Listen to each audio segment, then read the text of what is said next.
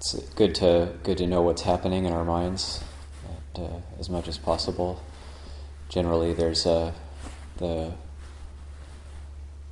vichara, the thinking and pondering, but it's not really directed with ekagata. It's not really directed skillfully. So there's this commentary going on in the mind, and we're teaching ourselves all the time. But then the Dhammavichaya is when then that gets directed into skillful Dhamma reflection. So it's like the last time I got to see Luang Por Ban, he made this comment like, one of the ways you have to realize Dhamma, there's a factor that needs to be in place.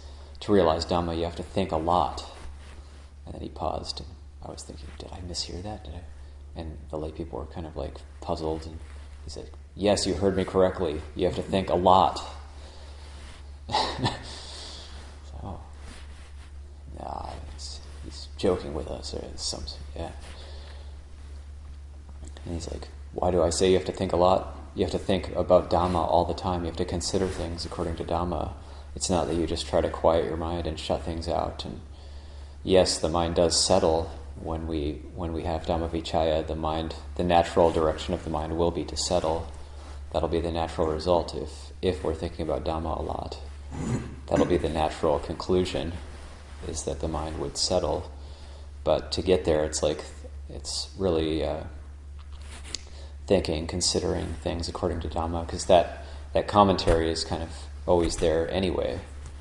So, and if we don't think it's there, then we just haven't seen it yet. We just haven't clarified it yet. It's definitely there. So we're always teaching ourselves, and then if a thought comes up and we respond with Dhamma, we can be then teaching ourselves in a wholesome way. So we might have the thought like they did it again. Oh God, that really irritates me. But then we might respond with another thought, thinking, well, have I ever done that? Or we just consider like, what's how bad was it really? How bad was it really that they moved their eyes a little bit to the right, and I thought they were looking at me aggressively or whatever.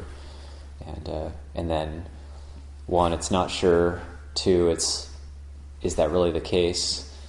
Three is like, even if it is the case, how big of a deal is it really? And how much is the mind blowing it out of proportion? And so, like, when we teach ourselves in that way, then it gets into this Dhammavichaya mode, and then we don't feel peaceful only while we're sitting in meditation, only while we're walking in meditation, but we start to feel peaceful all the time. We start to have a sense of ease that builds up all the time, and that's the samadhi, that's the solidity in the mind, in the heart that builds up. And then the next time something does happen which is unpleasant, rubs us the wrong way, it's the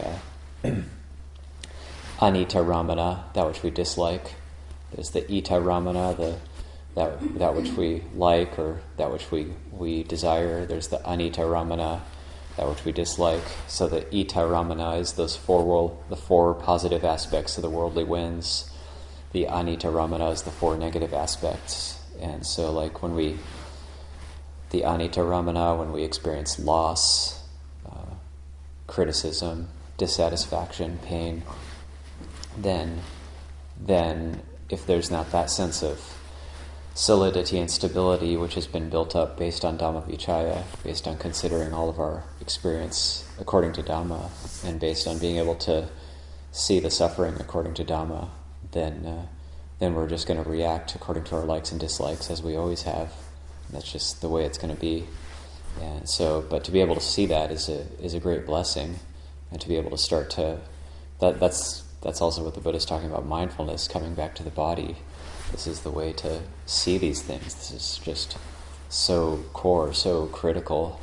And if we don't really give attention to thinking about Dhamma and the Dhammavichaya, and if we have an idea that I just need to stop thinking, and that's what I need to do here, that's what I'm here for, that's a misunderstanding which needs to be clarified. And the Dhammavichaya is really what's going to lead to the natural settling that doesn't come from an act of will or force, and it comes from the natural the natural causes and conditions, putting the Dhammavichaya in place, and then that naturally leads to the sense of learning how to have a sense of well-being in the face of adversity, and also based on that sense of well-being, learning how to the natural result of well-being being like a settled mind.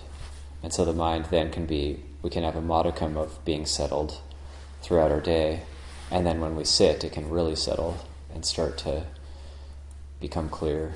And so that's just something to think about and consider for today.